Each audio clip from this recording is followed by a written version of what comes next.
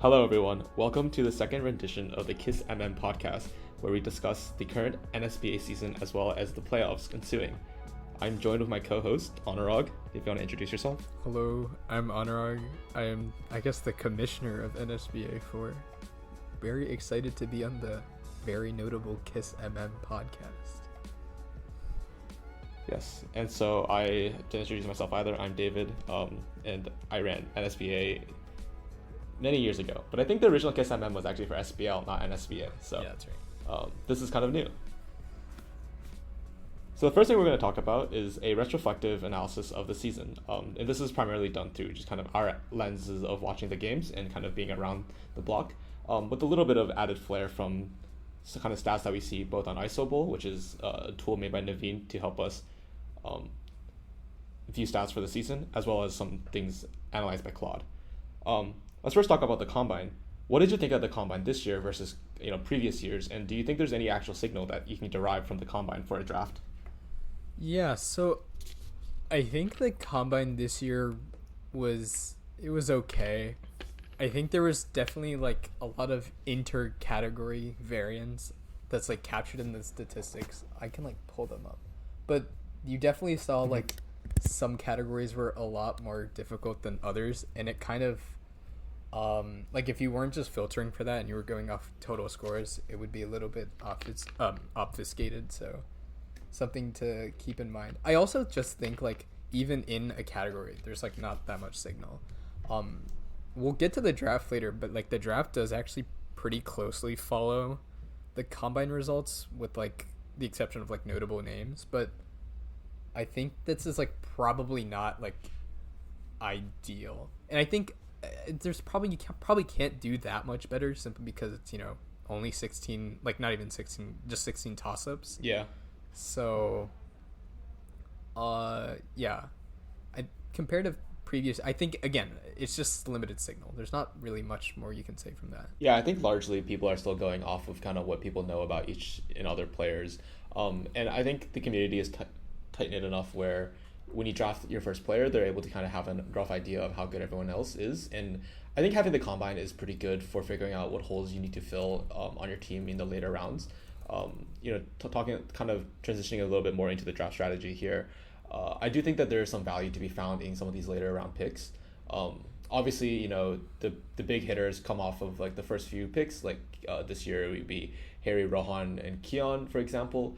But I do think that rounds 3 and 4, those are pretty pivotal, and can you actually eke out those wins later on in the season? Especially availability is a big question in NSBA.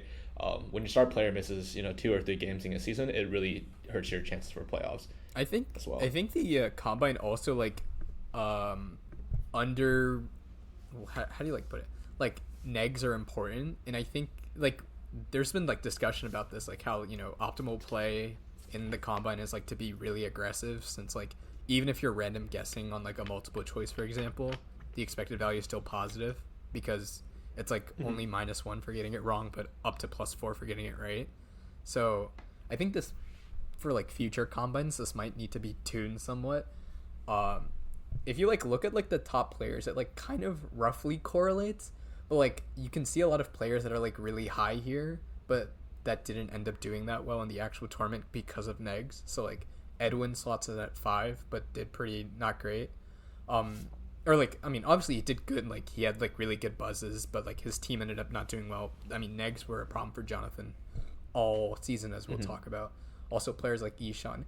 And I think it doesn't capture like, really good scaling players. I guess we'll see that more in the playoffs, but like you talked about like Rohan, who I think will be very important in the playoffs. He's only at like 16 in the Combine, and again I think that's because like his good categories like math and CS are just really ended up being difficult in the Combine, but also just because like proving that you scale, I mean that's like 1 maybe 2 questions on the Combine per category. So kind of related to this then, I think one of the things that I noticed about when I looked at the data for Stanford Science Bowl is that math has a pretty big kind of bimodal distribution of where people buzz. Either people are able to figure out where the ideal buzz spot is, or they wait till the end of the question. And I think this is something like that's not as prevalent for the other categories. So I'm wondering if something like math actually gives more signal in something like the combine, where you're actually able to see who is kind of on top of their game and knows what is going on for math questions. Yeah, I think this would definitely be helpful with, I think like the buzz points, and like especially now that we have like such thing as Isoball and or like Isoball and Moss, and like where we can actually track buzz points. Like I think this was what the combine was originally trying to do with superpowers and powers, but if we have like word by word granularity at this point, we might as well just do buzz points in future combines. And certainly then in math questions you'd get a ton of signal. It'd be it's I think certainly very important for math. I think it's true across all categories, but especially in math, when you looked at like the buzz points from this season, you could like pretty easily see that like the math players are buzzing a word or two earlier than other players, just because they're just calculating things faster or figuring things out. Like a lot of questions are just, everyone gets an information at the same time, and it's just who's going to calculate it faster. Yes, for sure. But we should talk about like draft and also kind of our draft strategies, I guess, in particular, because we both thought about it. Okay, cool. All right. So transitioning off of the combine stuff now, let's talk a little bit about the draft. I think that heading into the draft, both you and I had pretty differing strategies, as well as some of the other GMs. How about we first talk about like the first round picks, in particular like the first 5 picks, and what we kind of thought about that. So I think the first pick was by Gideon, and he did pick Harry G, who I believe did have the highest combine score, right? No, the highest combine was Kian. I think he was number 2. Oh yes, yeah. Kian was the highest combine score. Yeah, I think so.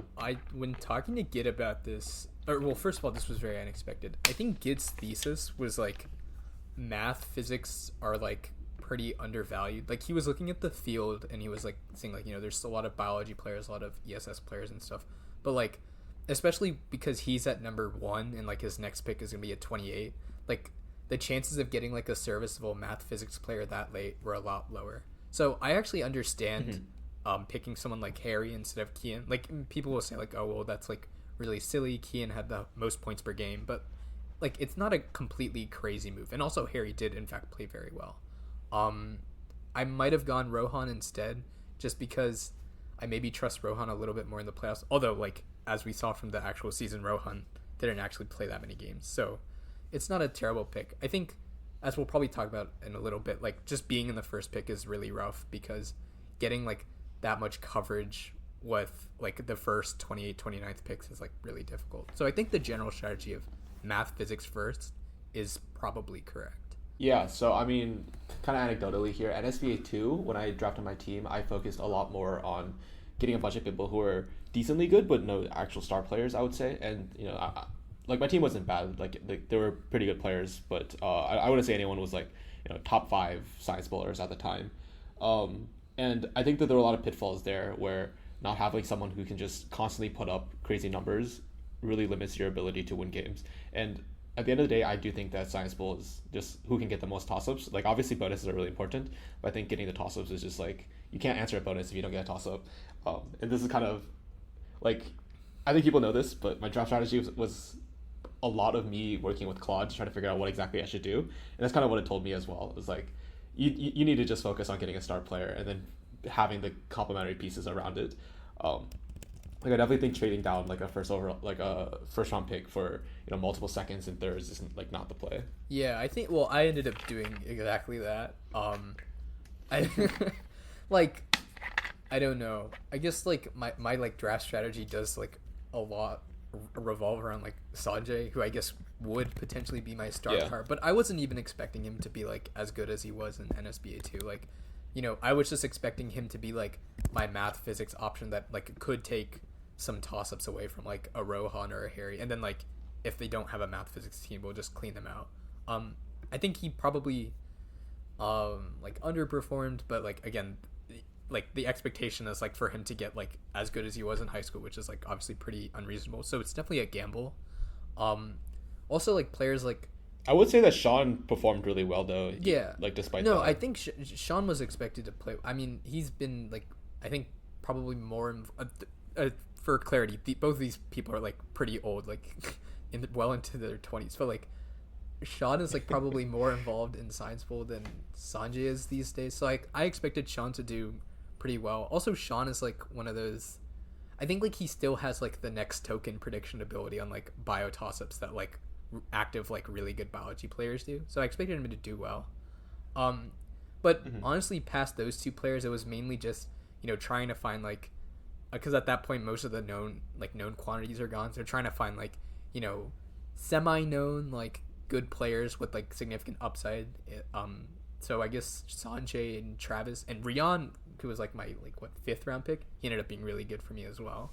So I think the pitfall of my team, well, for one, I think they actually weren't playing to like their strength until like too late. Like, I mean, they have the capability to be a really good team. They ended up being Mingworm even. But I think it's just, them not being like fully active and cohesive. If you look at a team like, what's a team that does well? Like Waylords or Mingworm, where it's like, if you like had them put like, individual categories in a one-on-one, like, I don't know how it would turn out. But like, if you think about like active players like Akil or Thanash or Roshan, like these are like just players who are in scrimmages every day and stuff like that. I think there actually is a pretty significant difference between them and like theoretically good players, just on the basis of consistency. I think a lot of like good teams that could have made the playoffs didn't, just because they were too inconsistent. Yeah, so I think like one of the interesting things about NSBA as a format in general is just like the snake draft allows a very wide dispersion of talent amongst the teams. And I guess one question that I would have is, how do you think these teams would fare in like Science Bowl Nats? Do you think the talent is dispersing away where we're not crossing over like a top 16 team or like a top 8 team? Where do you think this kind of places? I think they're all certainly double elimination teams. I think top 8 is definitely feasible. My reference, like, we'll come back to this later, but like I think Science Bowl like today is like a lot better than back when we were playing, so maybe my reference for this is biased. But like there definitely is a cutoff at some point where it's like, only the top 16 or only the top 8 teams are like realistic contenders. I think some of these teams could be theoretically like approaching that tier, but I think once you get to the top 4 and you think of like, all right, a complete Blair team or a complete MSJ team or something like that, I think these teams fall well short, just because, well, things like cohesiveness and consistency, it's like definitely not going to compete with a team that's been there the entire year. But also like, I think just like the talent of the top school is just like more. Like if we look at like really good teams, like Mingworm is essentially half of MSJ. Like obviously the other players are really good, right? So I think they get close to that margin. I think if you put any of these teams against each other on like a regionals level of packet, I think like they all reasonably reach like the regional ceiling of talent where it's just coin flipping. But I don't think any of these teams would win nationals or like make the top 4 or anything like that. Yeah, and that's kind of the point I was trying to make here as well. Is I think with the format of this league, a lot of the matches really are just coin flips on who's just playing better that day. Kind of as we see like. Sanjay beat Mingworms, and Mingworms had like an insane point differential this season. And they also lost to, who else did they lose to? They also lost to my team, Unks. Yeah. Oh, they did. Oh, that's crazy. Yeah. So I mean, like, I don't think there's much of a difference between the top team and like any other team in this league. Like, I think maybe it's like a 60-40 at best, but I don't think it's anything crazy like an 80-20 or like a 90-10 that we see in some of these open tournaments and like nationals and regionals. Yeah. Also, I think just that even if it was, the questions aren't hard yet. I'm hoping that like the playoffs will be able to show like some stratification just because of scaling ability with like question difficulty. Like I remember at nationals this year, it was like very clear that MSJ was going to win just because like their scaling was like next level and no team could match that. But if you played them all on like round robin or early DE, like they don't win more than like 20-30% of the time. So I'm hoping we can reach that difficulty without it being like super unreasonable and nobody's having fun. But you're totally right. I don't think any team is separated itself from the field from that regard. Like even like the worst teams by record, like Jonathan's a really good team on paper if you think about like the just like total category coverage. Like they have potential. That's crazy. But yeah, I think just like things like cohesiveness and consistency, they like tanked a lot of games, but they ended with a decent point differential and they're really good. Or like Pawner, right? Pawner has like the best player in NSBA and they ended 6th in the conference, right? Yeah, and let's kind of just zoom in here and let's like talk about some of these teams here, because that's like kind of what we were already doing here. Yeah, let's start off with Pawner then. I think Pawner is a really interesting case because, as you mentioned, Keon, who probably did put up like close to MVP numbers, and I think even like the bots said his NBA comparison is like Jokic. It was just a bit unfortunate that they weren't able to qualify for playoffs. They ended the season with a 2-4 record, which, you know, regardless of how tiebreaks goes, they wouldn't qualify because they needed at least a 500 record there. But even if you just watch the games, you would realize that they're definitely a top team and they have the talent. I think both Keon and Danny was a pretty good duo. Keon had pretty good subject coverage, and then Danny was one of the top CS players this season. He was, yes, for like, sure. Even against like good ESS players, he was like dominating. Yeah, I think.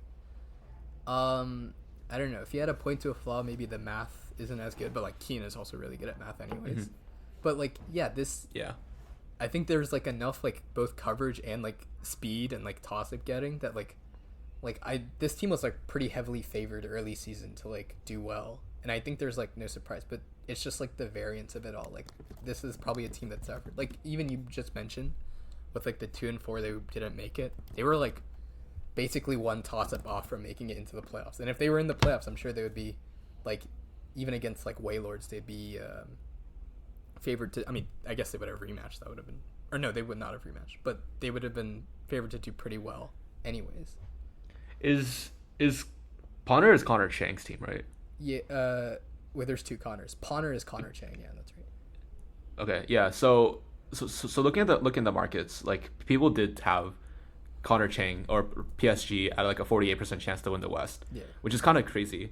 So just going into the season, there was like very high expectations of them to do well. Yeah, I think in general, just markets, it took a while. I'm probably maybe towards the end, but like they just like didn't really like internalize the variance. I think like the post week whatever it was like, you know, the market's not predicting anything correctly. I think that's a product of like, well, one, the variance, and also like, I think we can talk about this at some point, but like the sharps in the market were like recognizing that like no game is really 70-30 unless like a player is missing. So yeah, and I think like, yeah, when you have every game is like almost a coin flip, really good teams will end up having losing records and things like that. And then let's also talk about Jonathan's team, because I think Jonathan's team is also an interesting case here where you know, like we can joke at all we want, but you know they do have so much potential. Like they have some pretty hard hitters on their team, and I would say that, you know, against Whalers, like I wouldn't count them out. Like there's no matchup where I would say they're certainly gonna lose. What do you think was kind of the pitfall of their like season? Yeah, I think it's just the negs and the consistency. They had a lot of like, I don't know, like I wouldn't say like maybe super close games or anything, but like, okay, they seemingly had a close game against Stitch, but it's just like the ability to string toss-ups together and like get like a chunk and like, you know, have a sustained lead. That's just like completely trashed when you're negging questions. I think like I've had this discussion with Edwin actually a lot about like expectations for like question rating and like how that influences when you buzz. Like people buzz really fast on regionals because there's like such a small like pool of like answer lines, but especially when like the packets are team submitted, like these expectations really shouldn't exist. And I don't think they like caught on between, you know, Edwin. I mean, if you gave him like a standardized whatever packet that like he's familiar with, I'm sure he'll beat like almost anybody at it. And then also Bora, who's like, I don't know, maybe like top 3 in the field in terms of like just sheer computer science knowledge, but like he was also suffering with the negs bug just because like he was trying too hard to like predict what was being said and things like that. I don't think they're like a contender if you remove the negs, but there's like that's why they're 1-5. They're not a 1-5 team just on paper, but because of that they're and then I think lastly for the West we should talk about Waylords. And so Waylords is Akil and Sohail, right? Yeah, that's a crazy team. Yeah, so that team ended up doing very well, and I think that I do want to mention that when I was preparing for the draft, Akil was a player that Claude in my models had really liked. And it is kind of crazy to me that Akil ended up dropping to, I forget what pick he dropped to. He dropped to like 8 or something. 7.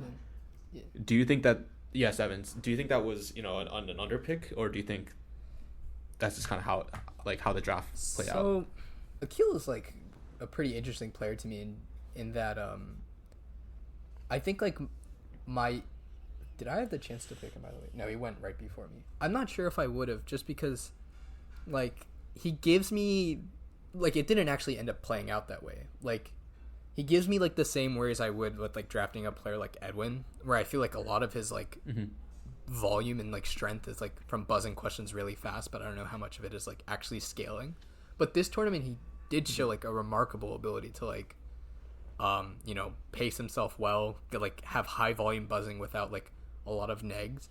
I actually was like maybe somewhat concerned about like how Akil and Sohail would play off each other, because yes. Akil is I don't know how to characterize Asfa as a team. I'm not sure, but like reminds me of like one of those like high volume, like used to buzzing everything. Like that actually does significantly affect like the way you think about science ball, where it's like something like I experienced when I like started playing with like people that weren't from my school. It was like it's quite an adjustment playing with like other like really fast buzzers and like knowing how to adjust. So I had some skepticism, but what ended up happening is they like figured it out almost right away. Like there was very little, if any, that I saw interference between those two. So what ends up happening is you get a really fast Chem ESS player and a really fast Math Physics CS player, just like with no interference. And between, I think it's Armon and Jake, they had like really good biology. So yeah, no surprise that they're 5-1. I think it's like one of those teams that doesn't suffer from consistency issues. I wouldn't have been able to predict that. I'm curious if Claude was thinking about that. I was skeptical about. I remember saying like, Claude just loves Akil's combine numbers, like doesn't actually know ball. But I mean, he more than lived up to it. Like definitely MVP candidate, things like that. And again, Sohail is also an all-star level player. I think like the top teams in this field all have like multiple all-star caliber players, whether it's like Waylords or Mingworms or Cryo, things like that. Yeah, I definitely think that just off of subject coverage, they did really well, and then just having two of these high caliber players who are just strong in their respective subjects definitely makes Waylord potentially like one of the best teams in the NSBA best history, I would say. Oh yeah, I was gonna say like, probably you can definitely say that they're just the best regular season team, best record, and more than 150 more points than Dank. So yeah, definitely the best regular season team. But I do think like, okay, let's transition to some of the Eastern Conference teams here, and I think one of the interesting cases is Mingworms, who, if you just look at the numbers, they put up some crazy numbers this season, but also had two pretty lackluster losses to both me and your team. Yeah. What do you think of Mingworms' season, and do you think that they are like the title favorites, or do you think Waylord still has the edge over them? So Mingworms is like the interesting case of they should like theoretically already have some like consistency because their top two players like play together. And are also both underclassmen, is that right? Which just blows my mind. I think I don't know, is this true? Like I don't think the full team played against Unks. If they did, I think this is true. Yeah. So like how many they still put up? Okay, they didn't even put up that many points. So yeah, I think that might be that case. I think against my team, it was a case of, that was one of the better games my team had. But if you like look at category by category, let me pull up their roster actually. So you can make a case that they have like the best team in the entire field for like multiple subjects. Like Thinash is as good as any biology player in the field, also as good as any chemistry player in the field. I've noticed he's not only really fast but also skilled really, really deeply. We saw that both at like Science Bowl Nationals, but also here in this tournament. I think this team is better at ESS than any team is at any category between Roshan and Xiang. No idea how both of them ended up on the same team, but that's like the best ESS player in Science Bowl and then an IESO for fun. Like that's ridiculous. But when you go to the final three categories, so Math, Physics, CS. Owen has been doing very well in CS. I think he actually he almost leads No, I think he does actually he's tied for the lead in computer science or something like that, which is incredible if you can add a fourth category to your stranglehold. But math and physics, I think those are their weaknesses. Like, I've seen Roshan buzz some like crazy physics questions, but he's not a physics main by any means. And I think they're reliant on like Namish for a lot of their calculation stuff. By the way, shout out Namish. Like, he's not even in high school, right? And he's like putting up numbers with high school and college players. It's kind of ridiculous. So shout out to him. But yeah, I think there's no surprise why this team would lose to Unks, which have Rohan, or my team, which has Sanjay, right? Like, math, physics dominant teams will show up. And I think Mingworm is slated. Who are they slated to play? Oh, okay. First, Sumin. Oh, it looks like they're playing. Yeah, but I think, Sumin. And we'll talk about this later, but I'm actually quite bullish on Unks. I think if they end up playing Unks again in the playoffs, even at full strength, they could lose. I think the key to beating this team is to beat them on math, physics. If you put them against Waylord and Sohail, I think the same thing applies. I guess maybe with Waylords, I'm both with Unks, and to a lesser degree Waylords, I'm confused. Like, if you like actually just concede 4-0 on chemistry and ESS and biology, like, I think you're cooked regardless. But if they like end up negging a little bit, which I think like the MSJ memes are well known at this point that like they love to neg. So if they neg away some of their own categories of strength and then get rolled on math physics, they can lose. They're not invincible. I think on paper it's the strongest team, but simply because of that, you could definitely see them losing. I would say they're my co-favorite along with Waylord. I think that's a good recap of Mingworms as a team. What about like the winner of the Eastern Conference here, Dank? It seems like people, and by people I mean me, aren't very high on this team in general. And I think that like looking at their stats, it's pretty apparent why. But at the same time, you can't discount the fact that they did win 5 games. At the end of the day, you play who you're against, and it doesn't matter if you're playing against a team that's missing players. What are your general opinions of Dank as a team? Yeah, I mean, they just keep winning. I think so. I think they can definitely play better than they already like. They're winning, but like I think they're still underperforming. I think who is on this team?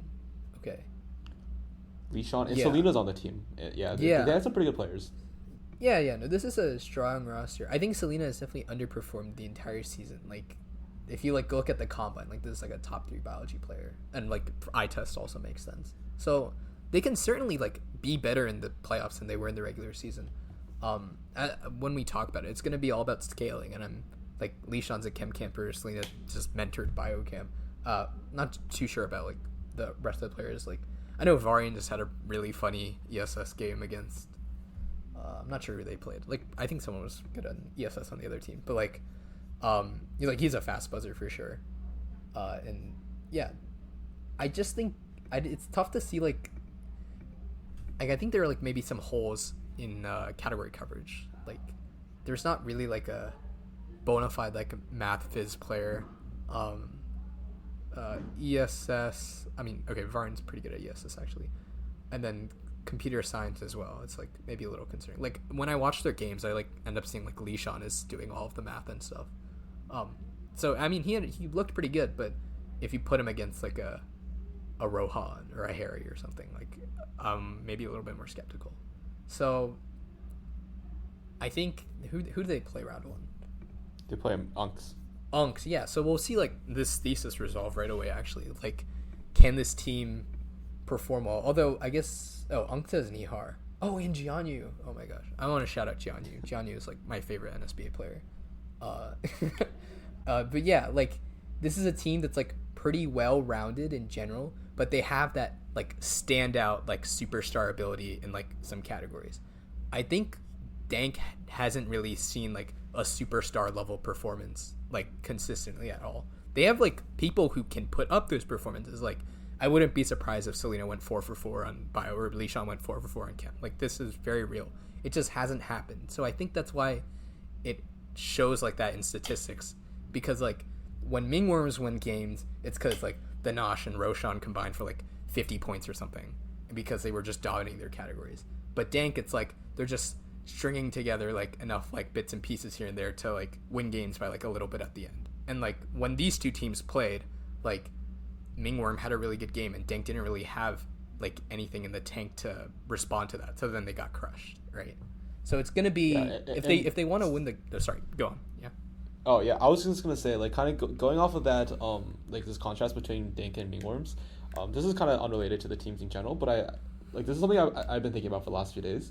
Is like, is there a concept of offense and defense in science bowling in a sense, where Mingworms are putting up crazy numbers and they're winning games, but I think that the analysis yesterday that I was doing was basically saying some of these teams just also give up too many points, and from like what I think about science bowl, this doesn't really make sense because each kind of question is just like an independent event, so there's like not really any defense. Like you're just trying to win the points. Like you're trying to maximize points regardless. But do you think there's any validity to like, oh, I'm giving up too many points apart from just like over negging? Yeah, I think I don't know if it's like the exact same translation as like offense defense, but I think it boils down to like aggressiveness. Like if you look at teams like Dank and also like Sumin as well, like these are teams that are like very content to let teams like neg themselves out. Even like if like theoretically better teams, and they're very solid on cleaning up, like getting points on rebounds and things like that, and then having strong bonus conversion to back it up. So I think if you play like Mingworms with this strategy, like at least 30-40% of the time you're gonna win because that percent of the time they're gonna neg themselves out. But the rest of the percent you're gonna lose, like for sure. Because if you're not getting toss-ups, you're not going to win games. And getting toss-ups against a team that's playing aggressively requires buzzing aggressively. So I think Dank has players that can buzz aggressively. They just haven't been getting rewarded. Like I remember like I don't actually know. Like I've seen like Selena or Varian like neg like pretty early in the question. Like they're getting off pretty like strong aggressive buzzes, but they're like maybe sometimes too risky or they're just not able to convert.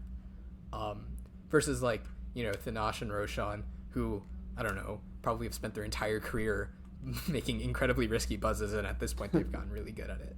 I also think this is why like a team like Sumin, who we'll talk about at some point, like they're very strong on paper. I think like Lucas is isn't he the top physics player in the field? But I saw something from your analysis and it was like I think Lucas has the most buzzes that are like just at the end of the question. And he gets it after it's being read. Like I think if the questions like scale really hard to the point that nobody can buzz aggressively, that style of play will be rewarded.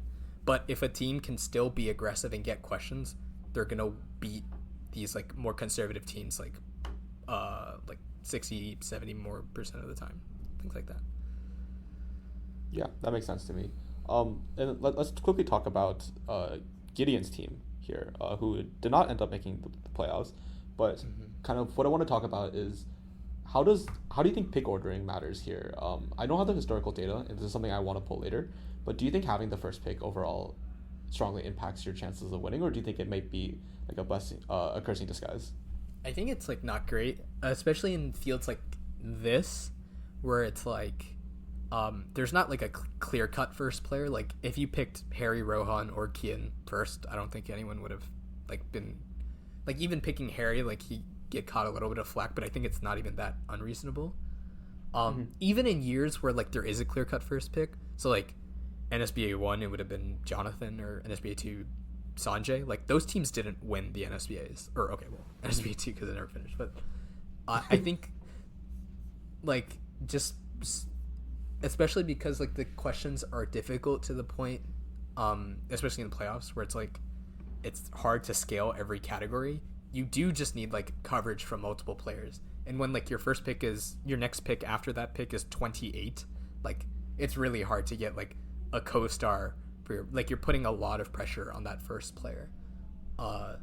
So a performance like Gid's team this season where it's like they have strong games and they like put up because they have like presumably a best player, one of the best players in the tournament. They can absolutely have a strong game and beat a complete team, but there's just not going to be enough consistency to, I guess in our tournament, make the playoffs. But even if you made the playoffs, do well 3 times in a row to win the championship.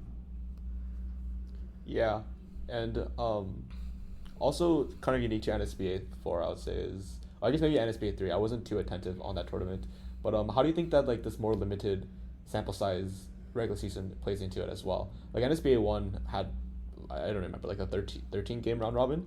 Yeah. Do you think that this kind of half and half split makes the league better, or do you think it kind of limits any breakouts like season, I guess? I like this format just because each game matters more. And I think something that we did that like we might not have always done in an SBA is like restricting the playoffs so that like not every team makes the playoff. It like gives some like real import to the regular season where it's like, yeah, missing a player, having like a bad game is like actually pretty important. I also just think like from a practical standpoint, like trying to involve like older people in the NSBA and things like that, it's like maybe like a structure like the original NSBA where it was probably people were missing games semi-regularly and things like that.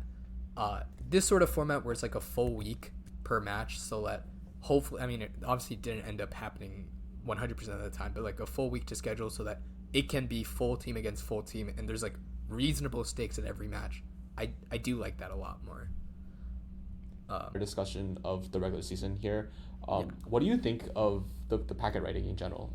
As someone who spent a lot of time actually looking at the packets, do you think that packet submission plays a lot differently than the staff writing the packets? And also, is there anything that you kind of want to shout out? Yeah, so I would say that it's necessary just to sustain a season. Like, I think when you're thinking back to like any sort of like league style tournament, like getting clustering writers together every single week to write a packet is like kind of brutal. So I think something like this is necessary. And if you were smart about it, like, the way we structured so that we combine 2 full packets to make 1 packet, so we don't need to, like we can throw out half the questions and be fine. And even towards the later weeks, we were still writing a lot of things anyways, but it just took a lot of the load off. I think one thing we struggled with in packet writing is like we were kind of limited on sub-subjects. Like we only had maybe, let's say, 1 competent bio person, maybe 1 or 2, and then 1 or 2 competent ESS. So like weeks that they just weren't available, like the packet quality, I don't know if it like tanked. Like I think all the packets are reasonably good, but like there are like obvious artifacts or like difficulty balancing where it's like, yeah, someone who's like experienced at biology or science would have caught that. So who do I shout out here? I'll shout out Jonathan's team. They had the best packet by far. Thank you. Week 1 was so easy. But yeah. What about like any individual performances from this season? Is there any like standout games or players that you want to kind of talk about? Yeah. I guess I'll go to the stats. I think the best performance was definitely Kian's 44-point game. I don't know. Was he in the car? Was that the one where he like missed like a few toss-ups because he scored like 44 on 17 hurd, so that would have been at least 50 in the whole. That's ridiculous. There was also the Edwin game as well in week 7 where he was going pretty crazy. Yeah, Edwin had 20. I think probably Rohan had the best week 7 game. Like, oh yeah, that was insane too. Like, I don't know. What was it? Fez had like 90% bonus conversion and they still won. Like that's actually, I mean, that was also the highest scoring game of the entire season. So what a regular season finale. But yeah, I think in terms of like the whole season, let me get a statistic. So I think Thanash put up good performances. He missed the first few weeks, but ended up being pretty good. Players like Vishnu and Lucas were like consistently good. Like I think they had a few standout performances, but like they rarely had like clunkers. So I think that's like why their teams ended up being, well within the playoffs is because of their consistency. Who else? Edward from Cryo did really good. I think like if you asked who the best player on Cryo would be, everyone would say Suzuko, but I think there's a good argument for Edward. Just like that consistency on math phys is pretty helpful. Yeah, I think the MVP candidates Kian, Rohan, Akil, that's by PPG. But like those top tier players I think everyone knows. But probably not Rohan, but yeah, no, Rohan by virtue of games played. Yeah. Yeah, he's number 2 in PPG, but he only played half the game. Yeah. Again, or almost more than half the games, but yeah. If you had to say an MVP, I'd probably be Kian, just off Okay, if this was the NBA, I think it would go to Akil, right? Because I think that I actually think like most certainly Akil. Like Keon, like you would have to make the argument of like that one Jokic year, where it was just like he just puts up the most insane stats, but his team is like, and obviously like his team is not bad, but I'm just talking about like this analogy here. But I don't think his numbers are like stand out enough where I'm able to kind of just say it translated to enough wins where I'm willing to forgive that and just give it to Keon just solely off the stats. Yeah, maybe. Vishnu also did very well. I think Vishnu's performances were maybe slanted towards earlier in the season. I think he like kind of faded towards the end, but like his team still ended at third in the West. Yeah, I wouldn't be mad if it went to Akil as well. I mean, insane numbers, and also piloted a team to first in his conference. But like if we're talking teams like Sohail is another all-star, like almost certainly like that level of player. I don't see a player like that on Keon's team. So I don't know. I think it's subjective, but yeah, either Keon or Akil is like cool with me as MVP. I don't know if we're officially gonna. We didn't end up. Maybe like the person who gets the most all-star votes. Also, no, that wouldn't work actually. We can do like an NBA style voting where it's like the staff who votes 1, 2, 3, and then. Oh yeah, and then we can Then I'm gonna be rigging it like Infantino, as the kids would say. That's okay. Cool. Yeah. Let's move on. I was gonna quickly just shout out the top scorers in each category. Okay. Yes. Yeah. Yeah. So yeah, Angelina's the top bio player. Oh, you did. Wow, that's. Yeah, you did the top bio player per point. Yeah, no, especially because he's playing with Thanash, which is insane. Oh yeah. He scored more points than him. Like one of those, he was like getting like really efficient buzzes too, like buzzing. So like, by really team, fast. Ming Worms. Oh my God, Ming Worms has 33 points per game on bio. That's insane. Yeah, no, this is what I'm saying. Chemistry, it was Akil. Yeah, actually, I think Akil is just Akil impressed me with his chemistry a lot, outperforming like. I don't know if there's like any like superstar chemistry players like maybe like a few years ago in Science Bowl. I think it's more shifted to like biology and ESS these days. But yes, like I think Keon had like a chokehold on this, but then Akil and Lishan and also Lucas as well. Wow, Lucas is he should definitely be an all-star.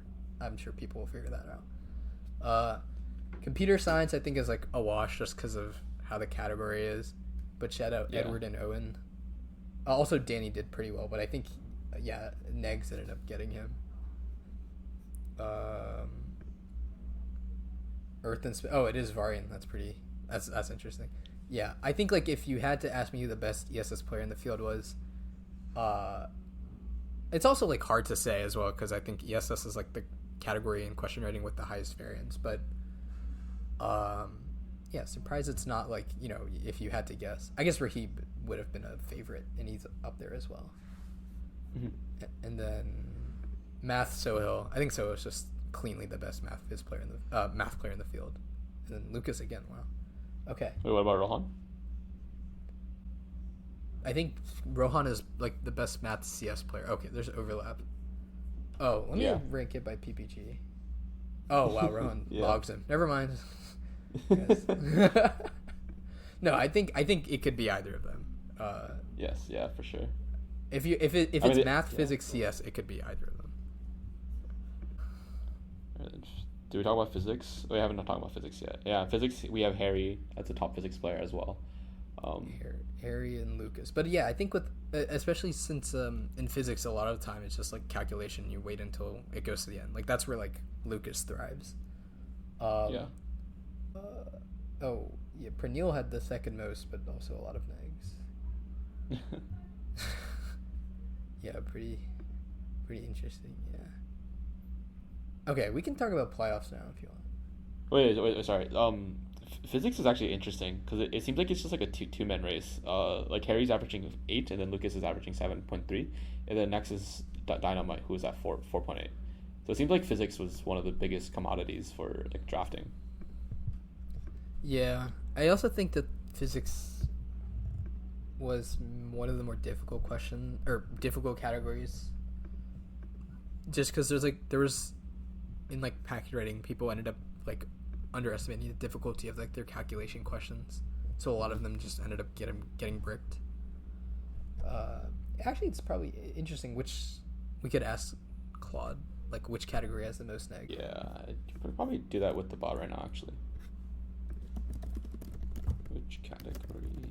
Wait, can we make the categories by most negs? Let's see. I think so like both physics and I would say computer science have a 2-man like lead. So for computer science, it's like Owen and Rohan, who are the top CS players. And then for physics, we have Harry and Lucas. And then the third place is like, you know, obviously still very good, but like there's a clear differential between second and third. Yeah. Although like as PPG, like it's like very low sample size, especially like when you have like Rohan. Yeah. Okay, I guess so it seems like the most neg category is math at 51 negs, and then chemistry, and then physics, earth and space, biology, and then computer science is the least negged. Yeah. I guess certainly compared to like the other subjects, it is most concentrated at the top for math CS, which makes sense. Yeah. Okay. Hold on. I'm kind of curious about category bands. I'm asking it to rank it by category bands, but I don't know if it actually has that information though. We should talk about home field. Yes, we should. Yeah, we can talk about that right after this. So I think another unique thing about NSBA is this concept of a home court advantage, which basically just means that you get a ban the first cycle of any category. What do you think is the main advantage of this, and like how many points do you actually think it equates to? Do you think it is just like an average of 14 points, or do you think it's less because you may not get the question correctly, or do you think it's more because you have some sort of like advantage of like what's the word, like scoring output, I guess? Yeah, I guess like when you rationalize it, like in turn, like based on like how most mental models of science will work, it's like very hard to see it being worth any more than 14 points. I think what did it end up being, like 25 by like calculations? I think like a lot of this is just variance, but like clearly it is very valuable. I get a theory I could posit is like something to do with like establishing an early scoring lead. There's like not really much of a rubber band effect in science ball. I think it's probably almost the opposite. Like if you put up a big lead, comebacks are like less likely than you would statistically expect. But yeah, honestly, not too. It also might be like a rhythm thing. Like if you're a good physics player, like it can be the way you get your head into the game. It's like, okay, I'm getting my physics. But if your first question you get in your strongest category isn't until like half the match is done, then it can kind of throw you off. But again, this is all speculative.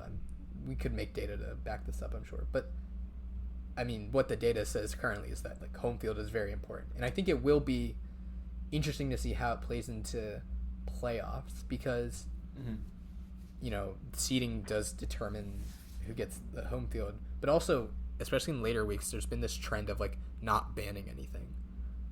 So I wonder if did people not ban things? Yeah, I think in the last week 7, like 2 or 3 teams just didn't ban anything. So I'm curious to see how that will play out. Wait, I feel like this certainly is like disadvantage to the home team, right? Because there's certainly always a subject in which you're expected lower points than the opponent. Yeah, you would only be like favorable if you were better than the other team at every category, which I don't think is ever true. Yeah, for NSBA, yeah, in particular. Yeah, it'd be interesting to see.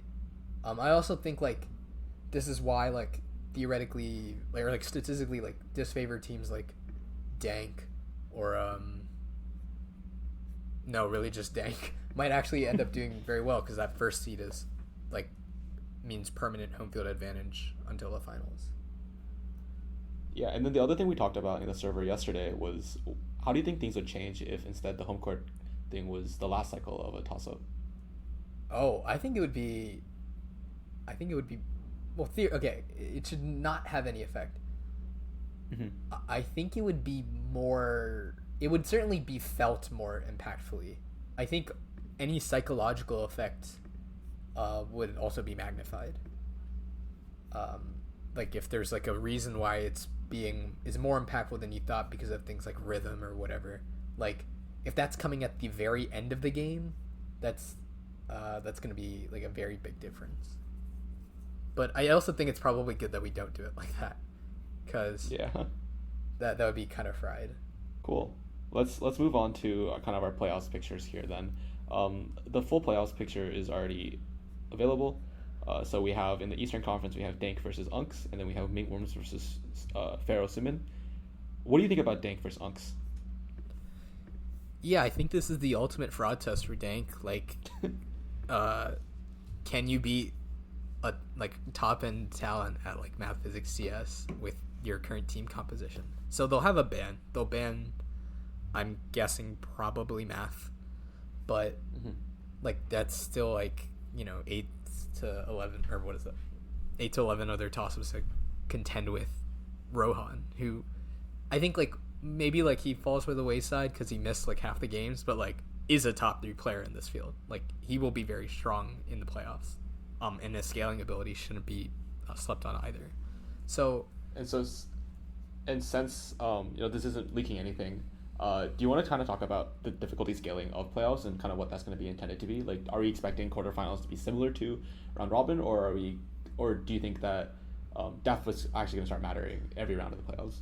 No, I think teams are going to feel it. Like, it won't be like crazy, like, oh my gosh, this is a completely different tournament, but like the questions are certainly going to be more difficult. And if teams have been like, if teams don't have the ability to like answer Nats DE level questions, they're not going to win games. I think now, I don't think there's a team that's like fraudulent in that sense that they like are round robin merchants. Like that's not what I mean by like fraud check for Dank, but it's more so like, is there like seemingly like really good in the clutch going to apply when like the variance is lowered because of difficulty? So we'll see. I also think Unks have the ability to do really well just based off the speed and scaling in math physics, because again that's like at this point, who are like strong math physics teams? You could point to Unks. I think they're definitely the strongest in the Eastern Conference, and then in the West it's Waylords. CZZ has Vishnu, so they'll also be pretty decent. But yeah, I think that's something you can certainly ride, especially if all the other like players are just gonna be killing each other on biology, chemistry, ESS, things like that.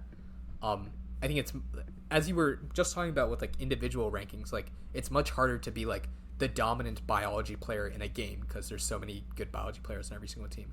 But math, physics, CS, it's like much more pronounced. So we'll see. I think it's hard to predict this, but certainly neither team is favored by more than 60%. I would maybe say Unks are slightly favored, just because it's hard for me to see how Dank is going to win this game if like, who's on, let me pull up this roster again. Like the Unks are going to bring Rohan, but also like Nihar is decent on biology. He'll get a biology, and like if they get biology, he'll be able to convert bonuses hopefully. Jianyu is quite strong at chemistry, has missed the past few weeks, but he'll also be able to convert. And physics too. Yeah. No, shout out Jianyu. And then Daniel, especially in that last game, he's very strong on ESS. So this is like a pretty complete looking team with that superstar upside. I'm not really sure how Dank competes with that. I could see it maybe with if Lishan completely locks out Jianyu, if Selena completely locks out Nihar, then there's a path to winning. I also think Varian's probably faster than Daniel, but again, the speed component won't matter so much if you can't scale to play up difficulty. But again, not sure. We'll see. So there is a path to winning, but it's just so much easier for me to see Rohan just completely smokes this team on his categories, and then they just can't catch up in the remaining categories. So we'll see. Yeah, I definitely think that when we're looking at the category breakdown here, Rohan's going to have quite a chokehold on math and CS, and then chemistry and biology. It's like obviously the advantage is towards Unks, but I think that the disparity is less so than CS and math. Advantage Dank, right? For chem biology. Yeah. Advantage Dank for chemistry and biology, but I think that it's not as big of a margin as math and CS is. Yeah, but we'll see, and of course, like that's only 4 per, so variance will play a role. I also do think like, and then I am also like you probably went into the season thinking that like that's the level of play you're going to get from Lishan and Selena. So certainly you can expect to see it in the playoffs with some degree of certainty. Maybe the extra difficulty will help them, but I would probably lean Unks here. Yeah, and also, as we mentioned, Dank will also get a ban, so I think that also plays towards Dank's advantage. They do get probably, I'm assuming a math question or a CS question off the board. That's going to help them quite a bit as well. Okay. Cool. Let's go to the next game then. Let's talk about Mingworms versus Pharaoh. Pharaoh is a team that I'm not like super clear about. I don't think I've watched too many of their games. But I will say I am like very bullish on Mingworms as a team. They played very well. And it's difficult for me to think that they will lose, but I'm curious what you think. Yeah, so Suman is, if I'm remembering, all right, let me just go check actually. Yeah, so this is Lucas, Angelina, Likith, Kevin, Advai. Not too, I'm familiar with like maybe like half this team. It's really gonna come down to like, is Lucas's style of play gonna like be able to like work against the Mingworms? If you go category by category, biology, it's actually not like as one-sided as like Angelina's quite a good biology player, but between Thanash and UDIP, they probably have the advantage there. Chemistry, I think just Thanash's sheer speed might outclass Lucas. Physics, they should have the advantage with Lucas, but ESS, I think it's a wash. Or like Angelina and Adva are good, but I don't think any team's as good as Mingworm is at ESS as any team is at any category. Just I think that is a true stranglehold. And then Math CS, I don't see any like clear sort of like, actually I would say Mingworms have like probably the CS advantage because of Owen, and then Math it's unclear. So like if you add that all up, it like leans Mingworms. Now there is a path for Sumin to win that is like if Mingworms ends up negging a lot, which is definitely possible. This is the roster that would neg a lot. But yeah, I think I agree with you. Like it's not really clear how you would see them winning beyond just like a standard like Science Bowl variant. So I'd maybe give Mingworm, I'd like 60% for Mingworm. Yes, for sure. And then between Mingworms against either Dank or Unks, how do you think that plays out? I think Mingworms has the clear advantage against Dank for many of the same reasons. Like I think biology and chemistry will be like a very big clash for sure. But then when you get to like the later subjects, like ESS will probably be Mingworms. Physics is like unclear. CSS is Mingworms, and then math is also unclear. So like, I think on the remaining subjects, it's gonna be very. And there's, I mean, like they're gonna be buzzing if they played against each other. They'd be buzzing very aggressively on biology and chemistry, and also Dank would have the ban in that scenario, so it can. I don't know. It would probably remove like an ESS or something, but it's like out of things that are not like kind of split, the advantage is still Mingworm. Now, Mingworm versus Unks, I think Unks has a better chance. Just because... Oh, really? Because Mingworm's, like, math, physics, CS is not Rohan level, I don't think. So, it's like, going to be one of those things of, like, who can do better on, like, their strength. And then, like, or, like, who can steal more from the other team's strength. Because, like, biology, it's probably clean, like, Mingworms has got that in the bag. Chemistry probably also... but then, like, who's going to outbuzz Rohan on math in physics and CS and things like that? So we'll see. I think there's a lot of, like, I'm giving Unks a favorable score in most matchups. I'm also not so bullish on them winning the championship just because so much of the weight is on Rohan having consistently good games in math, physics, and CS. But, like, he has that potential. So certainly he could do well, or, like, you know, but it's very easy to imagine, you know, he's unmotivated or something, whatever. I mean, he didn't also miss half the games. So, like, you know, when you have so much of the team's, like, buzzing ability on one player, that's just not a recipe for winning 3 games in a row, right? I mean, we've seen that all season. So, I think that's why I would give it to Mingworms. Like, I guess favorite to win the East, right? Like, I don't think anyone's surprised by that. Just because they have like so much star power, but it's also somehow like distributed across the players, so there's not that much variability, and they have like probably the best category coverage in the conference. Yeah, and then kind of talking about that here, and this is a little bit outside of the playoffs picture here, but as someone who did play on, no offense to Centennial, but as someone who kind of did carry Centennial, do you think that this like solo specialist kind of goes far in playoffs, or do you think it does kind of run into issues? Because that's kind of what I've felt about watching these tournaments, is oftentimes a team who is kind of just carried by one single person does taper off towards the tail end of the playoffs. Yeah, I think my experience with that, first of all, like, there are like, I think being a solo player in this tournament versus in a real game is like very different, or like in real games, like maybe the stakes are higher in real games, but like if you're with like people you play with regularly, like emotional regulation, things like that are like a lot better. I think like my team in particular, we ended up having like some sort of like understanding about like, who buzzes where, and like, I was able to hand things off, like deload on like calculation and things like that. So I think like, obviously if you look at points, it'd be like, oh, it's a solo carry, but like it doesn't feel that way. I think the main issue is just that the skill cap is too high for one player to do everything. Like, I think the conversation we're having is more like, if you have equal talents dispersed among 5 players versus 1, like who wins? And like, yeah, you can have conversations about like, the one person, there's too much weight on his shoulders, like inconsistency, etc. But I think if we're talking like what you would see at nationals, it's just that one person simply can't have all the skill and talent that 5 players do.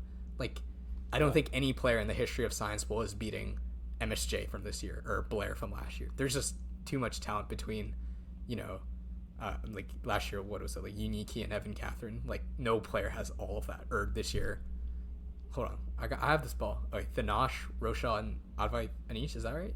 Yeah, like no one has that level of talent. So I don't think we're gonna run, like no team is that loaded in NSBA. But like, it's, I guess if you're asking in general, like solo players might kind of like, I don't know, we don't have to talk about Quizbowl too much, but there might just be too much at this point that you would have to cover for a solo player to like have any like reasonable expectation of winning Nats. Yeah, and I will add the disclaimer here that I'm not saying my team is a solo team. I think NSBA has this unique ability where so many of the players are like really fucking good, but unfortunately there are just people who are a lot better, and the way that it works is I feel like people have this feeling where you might be this first or second best on your school's team, and like you play a shit ton of Science Bowl, but then you come to NSBA and you're playing with like Thanash, and it's just like, okay, well, I'm no longer the best team of player, I'm just like a role player. And I think it is a really interesting kind of dynamic that occurs in these tournaments. Wait, it's super valuable too for players. I think like when I played my first few NSBAs, like my first NSBA, I was like drafted first, but I wasn't the best player. Vishwa was.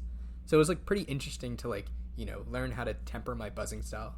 Because like when I played on my own team, it's just like, yeah, I'm gonna buzz everything, and then like if I don't get it right, that's probably fine, because it's like pretty unlikely that anyone on my team knew it anyways. Now there have been cases where that's been wrong, and those are like kind of inside jokes now, but like there's not as much of a worry like versus when I was playing the college plus SSB and I was playing it with Uni. Like every time I neg, it's like kind of a shot in the back. It's like, oh damn, well if I had waited one word, he's gonna get it, or Selena's gonna get it, something like that. Like I think getting used to like each of your buzzes like mattering a little bit more just because of like expected value and like opportunity cost, because you have really talented teammates. That's why you see people that are like on really good teams maybe adapt to this format a little bit better than like complete solo players, or like the players that don't have like that level of teammates. And for most people that's not the case, right? Like there are maybe only a handful of schools that have like a team that's as good as a team you'd find in NSBA. So it's probably a really good experience. And also I think in general it's just like fun to talk to people. I think we'll probably talk about this at the end, but like, just the level of like community and like conversation you have with like people that don't go to your school is like really high these days compared to where it was years ago. I think NSBA is just another vector for that. And I think like the original idea of like not only talking with but playing with people that don't go to your own school is like super valuable. So I really do hope this continues into the future. Yeah, for sure. And then let's just go back to the playoffs picture now. The next game we can look at is the Western Conference now between Wade Lords and Stitch. Actually, kind of unrelated. Why are the playoffs not like interconference? That's what I guess it makes sense for it to be in conference, but I was also thinking like 1v4 and then like 2v3 where it's like different conference, so you're playing more of the other teams instead of like between your conference. I think it's more interesting strategically when it's teams you've played before, because like you get to like get used to it. I think like something like that makes sense if there's like a significant risk of like one of the conferences being really a lot better than the other. I don't think that's the case here. Okay. But yeah, certainly there are like very interesting matchups. I've also noticed that like outside of NSBA games, there's been a lot of like scrimmaging. And then very often it's East versus West because you don't actually have to worry about giving away information because you're not going to play them unless you both make finals. Of course, it would be perfectly reasonable if we did interconference, but this format, I think it's just more interesting where it's like, okay, you're rematching this team. You played them before. How do you adjust? Things like that. Or what did we ban last time? Yeah. What are we going to ban this time? Things like that. Yeah, that's true. Okay, and then so between Wade Lords and Stitch, how do you think that game's going to play out? This is actually really interesting to me. Stitch is like one of those teams that's like kind of hard to pin down. They had the worst performance in any game of any team this year when they dropped minus 14 and lost by 164. But hey, they made the playoffs and the other team didn't, so good for them for pulling their act together. I think so. Stitch that's Pranil and Ryan, and let me find Arjun D. Arjun D went super late. He's a really good bio player. Anyways, this is a team that's like really, really fast. Like they have a lot of negs, but like every time they get a question, it's like an interrupt, and like they this is not like a rebounding team at all. I think it's like one of those like offense defense things we were talking about, where it's like super aggressive. So I think by virtue of that playstyle, there are many worlds where they do win because they get off enough aggressive buzzes and win. I think the inter-category matchups are really interesting too. So biology, okay, maybe I think Stitch has the advantage in biology. But Armand and Jake are both good players, but Arjun is just really fast. I think where it's going to be interesting is like math and physics, where Stitch has a lot of negs between Ryan and Pranil. But by virtue of them buzzing so fast, they could easily take questions off Sohail. Like it's definitely there's worlds where it happens. Chemistry will be interesting. I think like Akil is like the best statistically the best chemistry player in the field, but Pranil is also really fast at chemistry. Sam is also really fast at chemistry.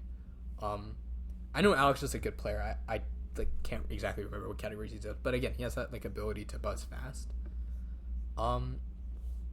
Yeah, this is like probably one of the more toss-ups I think of the playoffs, just because it's like two like aggressive buzzing teams against each other. So like if I could like bet like one team is gonna win by 50 plus, I'd do that because I think that's probably what's gonna happen.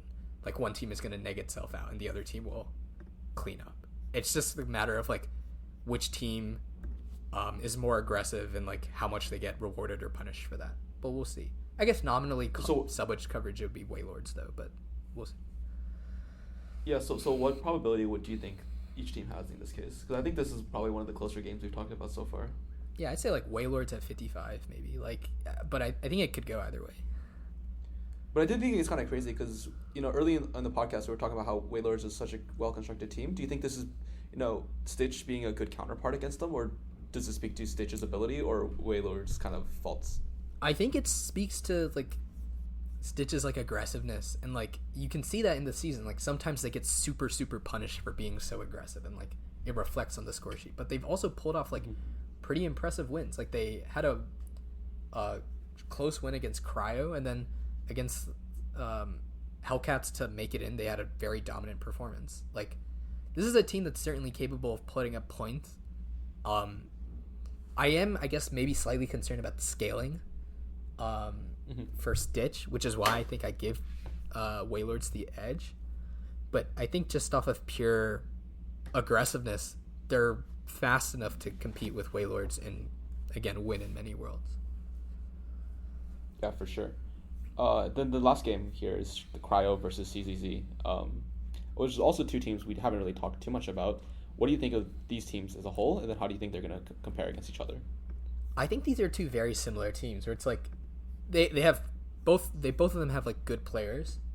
I think like they're maybe like slightly out of like the superstar tier of like Kia and Rohan Akil.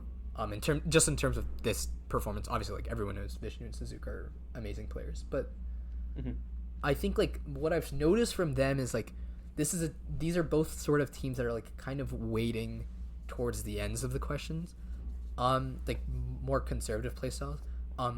Exception to that would be Anish plays on CZZ. He's an MSJ player and he's not that at all. So interesting to see if he ends up playing. I haven't seen him recently in these games. I think, yeah, I don't know. It's hard to say because of scaling. Obviously, Suzuko scales as much as you would want in biology, and Edward's been a very strong co-star. I mean, outscoring Suzuko in like physics and the categories he does, and CS as well, I think. Also, Bryce T is good at. Oh, Shannon is on this team too. Holy, chemistry camper. I missed that. And then Bryce is good. So I think maybe just off of pure coverage and scaling, I'd give the advantage to Cryo. But certainly between like Vishnu, Anish, Boheng, an older player, but like can scale as much as you want in the categories that they're good at. Also, Achuth is a really good biology player in games that I've watched. He's like taken biology off of like I wouldn't be surprised if like he takes one or two bio, maybe even more off of Suzuko. Super underrated pick in the 6th. Yeah, I think it probably is advantage Cryo, but only at like 55% at most. Yeah, but so it'll it be seems like the Western Conference is pretty wide open here. Like the Eastern Conference, obviously the games are also pretty close, but it does seem like there's a little bit more ambiguity over what's going to happen in the West. I think this Cryo CCC game is like the polar opposite of the Wailord Stitch game, though, in terms of like aggressiveness. So it'll be really interesting to see that conference's final, where you get like one of those like, coverage based, just like methodical, like conservative type teams versus like a really aggressive, like fast buzzing team that like gets the toss ups. So I guess we'll see the better version of each of those archetypes in the finals. But yeah, definitely, like I could say maybe with about 30-40% confidence that Ming Worms is going to win the East. I don't think I can say any team with that confidence in the West. Yeah, that seems reasonable. So between the two conferences, which one do you actually think is the better conference? That's a good question. I think everyone in the beginning was saying this West is better. Let's just talk about the playoffs team, and then we can also talk about the like overall picture as well, because I think those are kind of different questions.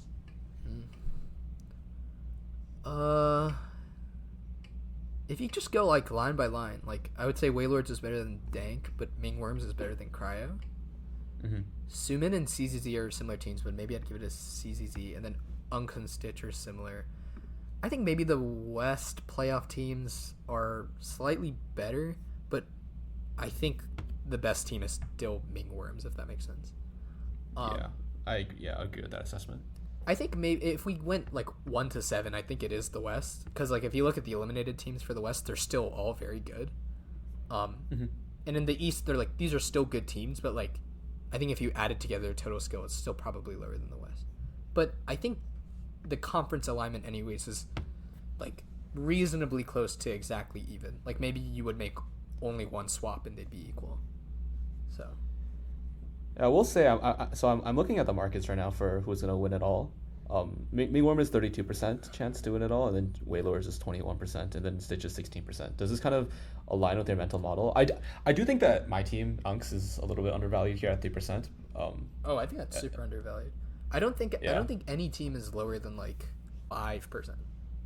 I can say that pretty, like, even if you have like a team that's like only 40% favored to win, like that's still 6% championship. So yeah, I think nobody should be under 5%. I think Mingworms is about where I would put them for championship odds, like 30 to 40%. Yeah, and then everyone else is like just equally distributed. Like, it's hard to say with, like, you know, they're like probabilities matchup wise, but then like when you get to the whole bracket, there's like so many possibilities matchups. So we'll see. So let's say hypothetically that the finals ends up being Mingworms versus Weightlords. How do you think that's going to play out? And especially, like, you know, finals, we expect the packets to be quite difficult. How do you think that's going to impact it as well? Also, what is the ruling for seeding or for home court advantage for finals? I think just no ban. Yeah, I think that makes sense. Okay, gotcha. Yeah. Yeah, no, this is really, really interesting because both teams have, like, I think, like, overlapping strengths, but they also have, like, independent strengths. I think Waylords has a good chance of, like, sort of cracking open the categories that Mingworms, like, usually has unlocked. Like, Akil is, like, fast enough that he could definitely take ESS away from Roshan and Jiang. And then, of course, he's fast enough as well to take questions off the Nosh and chemistry. I think maybe just biology, I don't see how they compete with Mingworm. And computer science, it is going to be Soho versus Owen. Soho could definitely win questions. But then on the flip side, like, Soho's math physics might be, like, sort of unchallenged. Like, unclear. Like, yeah, of course, like, you know, Namish or Roshan could take a random math question. This can always happen. I also, Xiang is quite good at math. But I think against, like, the clear-cut best, or one of, like, top 2 math players in the field, yeah, I think this is one of those, like, the teams kind of have, like, disjoint-ish strengths, so it'll just be especially with difficulty being high in finals, it'll just be who can do better in their respective categories. And I think just overall scaling, I'd have to give it to Mingworm. Like, just in terms of, like, how the subjects play out, I can see how you can make physics and math, like, really hard to the point that no one gets it. But, like, biology and chemistry, certainly I could make chemistry, like, impossible, but, like, this won't actually happen. I think it's easier for me to see, like, Mingworms players going all the way. So, yeah, I would favor Mingworms here. Not crazy or anything, but yeah. Yeah, that checks out with me. Okay, I think that kind of encompasses what we think about playoffs.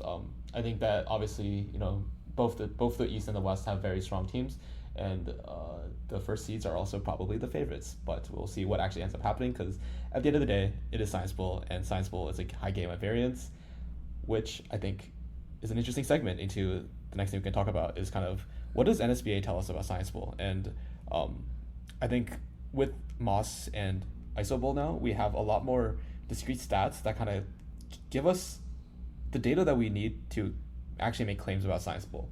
I think previously in the past, a lot of it's been very anecdotal about, like, oh, I've been playing a lot, so I think that this is true. But I think now, as we get more stats, we can actually synthesize these ideas and, you know, have some form of, like, sabermetrics for Science Bowl, which you know, personally I'm very excited about.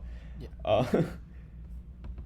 I think so. The first thing that I want to talk about is the fact that NSBA and Science Bowl in general, like, the margin of victory is usually pretty big. You know, there obviously were quite a few pretty close games, but I would say that, like, it's very difficult to actually predict Science Bowl games, in my opinion. Yeah, I think, like, especially if you want to do, like, lines in the traditional sense that, like, you might do, like, sports betting, I think it's, like, quite different, just because it's, like, in the span of 5 questions, the margin can change by, like, an entire game's worth of points, like, very easily. I think that level, and it's very, like, you know, teams, I don't know how to put this, like, when teams get on a winning streak that, like, propels them to winning, as you, like, often see, like, that constitutes the majority of their points for that game. Like, if you have, like, a stretch of, like, 10 toss-ups where you get 6 of them and get all the bonuses, like, that's probably more than half of your points for the entire game. So Yeah, and I did look into this like idea yesterday. yeah, It's kind of interesting where the probability of getting a question right, given that you got the question right previously, is above like what you would expect. But I think Claude did kind of chuck that up to just if you got the first question right, that usually implies you're also the better team. And so that's where a lot of that comes from. So I think there needs to be a little bit more digging into whether or not these momentum effects are real. Like, there's a lot of debate in basketball for those who aren't familiar about whether a hot hand actually exists. And previously, this was like, people were like, oh, hot hands do not exist because there was like this one paper that came out in like the 2000s. But then I think recently, like 10 years ago, they basically said, no, actually, it might exist. And I think the math previously was wrong. So I'm curious what the actual math is for Science Bowl as well. yeah, I think it depends on like the types of players. I think if you're dealing with like, Science Bowl players who are not only human beings but are like, adolescent or like young adult human beings, like psychology is like incredibly important. So I would not be surprised at all if like, just like being in rhythm and like having a feeling of like, all right, I got a question, getting the next question. Because certainly the inverse is true, where it's like you get very tilted and then you start like you're completely miscalibrated. So if that's true, then I would certainly believe things such as like momentum are real. I think also like it's very hard to like come up with trends in NSBA just because, again, as we've been talking about, the teams are for the most part quite balanced. Definitely more balanced than you would see at any regular Science Bowl tournament. But yeah, it doesn't surprise me that like, such things as like answering streaks are very common, and like blowout wins are also quite common. Oh, yes. Okay, so yes, so when I was looking at the stats, I was kind of comparing the differences between NSBA and these open tournaments, and for my data set, it was like Stanford Science Bowl, which encompassed a college play test, and then 2 in-person competitions, I think, right? Does that sound right? That's right. Was it 2? Yeah. 2 or 2 in-person competitions. I think it's 2, yeah. It also included Dasoni 2 as well, and I think one of the main things that I found interesting was kind of the impacts of being aggressive on the buzzer. It seemed like in NSBA, you get much more awarded if you're a lot more accurate with your aggressive buzzing. In these other tournaments, it's like kind of whenever, like, the bigger thing is you want to be as aggressive as you can, and negs are kind of whatever. And I think this kind of makes intuitive sense because oftentimes in these tournaments, you are playing as teams who are just, for lack of better words, a lot worse than you. Where NSBA is you're constantly playing against teams who are, on paper, very similar strengths to you. What do you think for like, at nationals, for example, do you think that this kind of is more similar to NSBA or more of these like Stanford Invitational kind of tournaments? Yeah, I think when relative to your skill level, the questions are easy, not just from like knowledge, but like, the database of, or like the canon of answer lines, like you can do reasonable next token prediction. Aggression is like the number one thing, because especially if the bonus conversion is going to be like near 100%, like a neg is a lot less valuable if the average toss-up get is 14 points with the bonus. So I'm not surprised when like, a team has like 8 negs and still wins because like it got the remaining, 12, 13 questions and got all the bonuses. And especially when the team you're competing against can't really punish you for negging by like having as high of a rate on bonuses, then you can kind of just do whatever. Then you can just focus on getting toss-ups. Like, and I think this effect scales as long as your team scales in like skill and talent. So like MSJ is like still making the like really like fast, like almost like RR level buzzes, but it can back it up because it has such insane like knowledge overall and like bonus conversion that other teams can't punish it for that. So it can just focus on getting toss-ups. That's honestly probably optimal for it. But when you, for like most teams, when you get to, the harder difficulties and it's like, okay, the cost of a neg is like more because we're not getting bonuses as much, or we can get punished by like equally good teams. That's when conservative play becomes important. And I think, what did you say when you said like aggressive buzzing is more rewarded in NSBA? NSBA kind of favors holding on to the buzzer, like making sure that you're pretty confident about the answer. No, that's not surprising to me, simply because like these all the teams are quite good, and also the questions aren't like so easy to the point that you can predict it. Like teams that were trying to do that often got like super punished, even despite them having really good players. Like you can point to like Jonathan, it's like the prototypical example of like this is a really good team, but it pressed the buzzer too quickly, just like too many times, and then the teams it was playing were strong enough to punish them for this. Versus a team like there are so many teams you can point to that were like maybe more conservative than the individual players are in actual Science Bowl, like Cryo, CZZ, Sumin, Dank. Like these teams are doing well just because they're like able to punish their opposing teams when they're too aggressive. Like like just anecdotally, I remember my game, or it's like our team's game against Dank week 1, where it's like it kind of felt like we had like the upper hand, especially like with toss-ups. Like I think we were just getting more toss-ups, but every neg was like really costly because their team is strong enough to just vacuum up everything and get the bonuses strongly, and they won that way. And I think that's like the story of Dank's whole season, if you ask me. So it's surprising, but again, I think in playoffs I think that would be magnified. Teams, I fully expect the teams that like neg the most will not make the championship. I think just because the questions are going to scale beyond, like no team is going to be skilled enough to just continue to neg and like be able to back it up simply because they're that much more skilled against their opponents. Like that talent gap doesn't exist in these teams versus it would in like open tournaments or even at like Nats DE with like the super teams. So I think intuitively this all makes sense. I think Science Bowl is a really interesting game where it really is kind of gambling in a sense, where you're just a model and you have some form of like confidence level of how accurate you think your prediction of the question is going to be, and you just decide when is the threshold that you're buzzing at.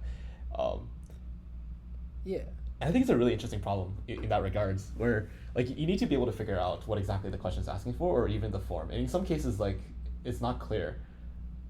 I was talking to Jonathan and Mingwen about this the other day. I think like the reason that like people are doing we have teams that are so much better at Science Bowl now is just because like the existence of like more invitationals, more packets, more tournaments just means that like people are like able to like fine tune their models about like question prediction a lot more than people were back in the day. Like back in the day, it would just be like the top schools like Lexington and Thomas Jefferson are just like sitting on these giant packet reservoirs, and like they have the most training data.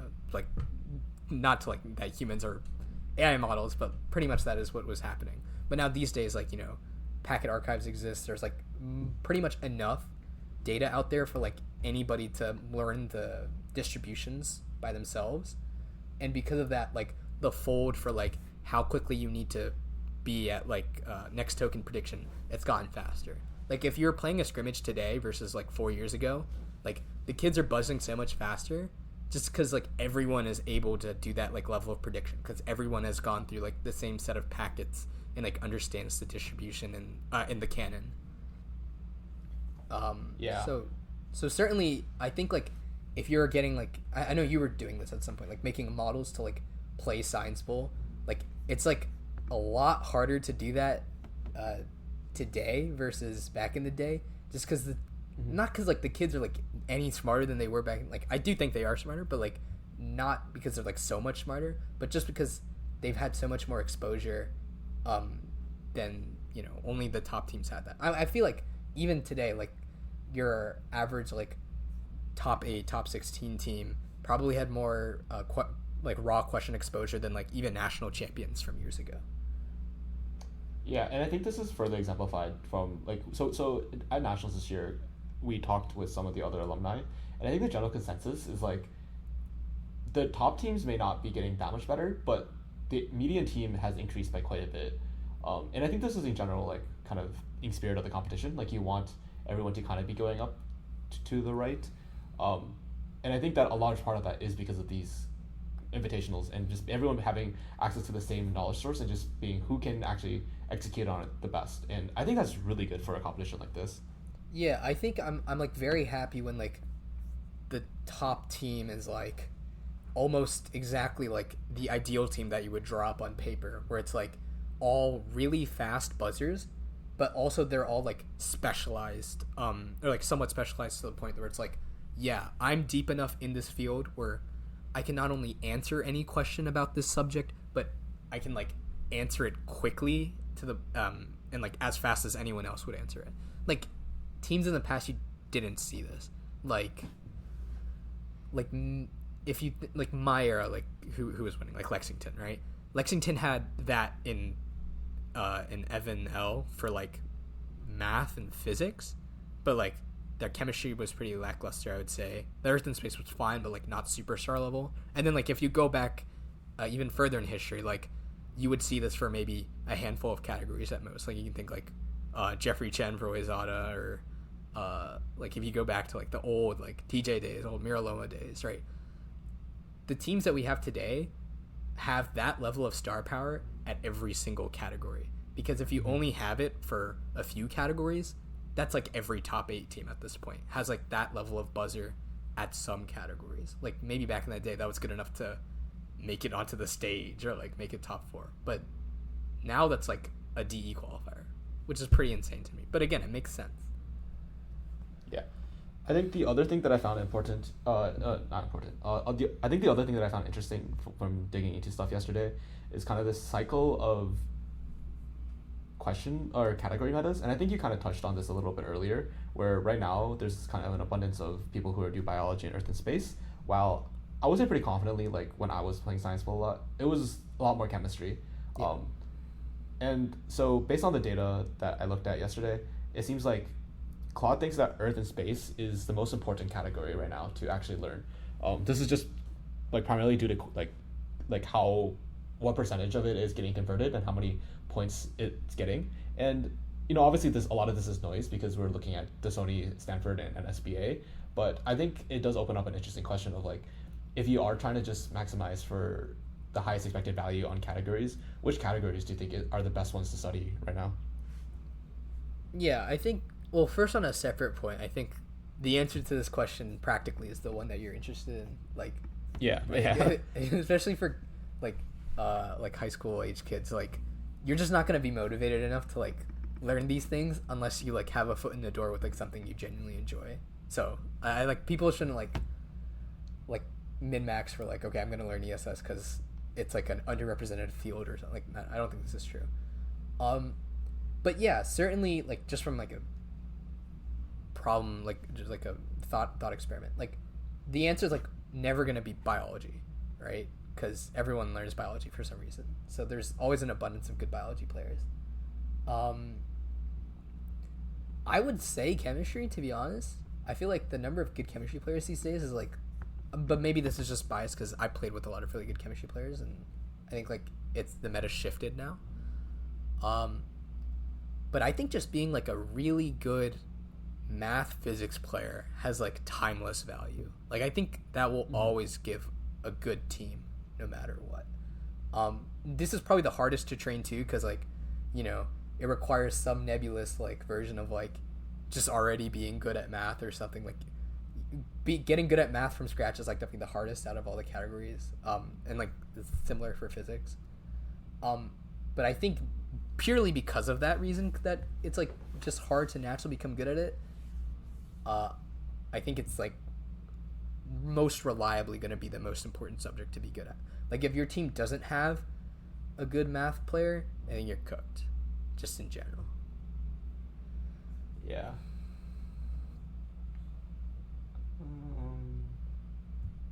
Again, I had something I was going to ask, and then now I do not remember. Something along the lines of like, oh yes, okay. Kind of talking about this like evolution of how Science Bowl has changed in kind of a more controlled setting. How do you think NSBA1 has compared to NSBA4? For context, I think you did play NSBA1, right? That's right. Yeah, and then also, this is something interesting to bring up. I think Vishnu is the only player who has played all 4 NSBAs at this point. Maybe Aldrich, but I think Vishnu for sure. He's the GOAT. Yeah, no, I think it's definitely changed. just like I think for one, like the star player thing has like definitely gone down. Like, if you ask me who the best player in NSBA 1 is, the answer is Jonathan, and it's like not a question at all. If you ask me in NSBA 2, it's I don't like remember the statistics, but like I remember the combine. It's Sanjay. There's like not a question there as well. In NSBA 3, very hard to say. NSBA 4, nearly impossible to say. And I think that just speaks to like, you know, just like how like the resources are getting spread out more efficiently. Now, I think like if you put like a lot of these players back in old NSBA, I think they'd like do really, really well. Like Kian today is still going to be as good as Kian like back in the day. Like we can think of it in the reverse direction about like, yeah, the top players from back in the day probably can still do really well. I mean, like some of them are still actually playing, right? But I think the median player has definitely increased a lot. Like your median NSBA player, like you're probably just between your first 2 draft picks in the original NSBAs. Now we have like 4th, 5th, 6th round draft picks making really like on my team, like one of the most important players is a 5th round draft pick, right? I don't think that would have ever been true in the original NSBAs. Yeah, that's actually a really interesting point that I hadn't thought about. Just like the depth of the draft. It's something that I might take a closer look at later. I think that the value of these later round picks have definitely gone up. Like the overall like skill of the field is just way higher than before. And it's also interesting that you bring up like the star power is a little bit less. Although I will say, I think NSBA 1 lacked some of the top players at the time. I think looking at like SBL, you know, a big reason is because a lot of NSBA 1 was like ran primarily by high schoolers, while like NSBA 4 is like a lot of college players. So like if you also added NSBA 1 writers to the game, it might have been different. I think at the time it was like, you know, Bill would have been a really big one. Kobe would have been pretty big. Sanjay, things like that as well. But like, what do you think going forward? How do you think NSBA is going to evolve? And you know, I didn't even think NSBA 2 was going to happen. Do you think NSBA 5 was going to happen? And do you think we're going to get an NSBA 8? I think 5 is going to happen. 8 is like, oh boy, that's really far. We'll see. Who even? I think like there's probably people who would play. I mean, hell, I'd play NSBA if I'm still around. But yeah, I think it's gonna look similar to this. Like, I think there are a lot of elements that we either introduced or reintroduced this year that are like probably here to stay. Like packet submission, probably here to stay. General managers probably here to stay. Yeah, I think just like the appeal of having, you know, being almost guaranteed to play on a really good team is like not an experience that like most science players are gonna get. For like, you know, some actual stakes, not just in a scrimmage. And I think it's fun. I also like an interesting point is like, I remember it's not the original NSBA, maybe NSBA 2, like introduced computer science. And now computer science is actually like somewhat part of the distribution and energy. I'm wondering how that will evolve if like kids still want to write CS.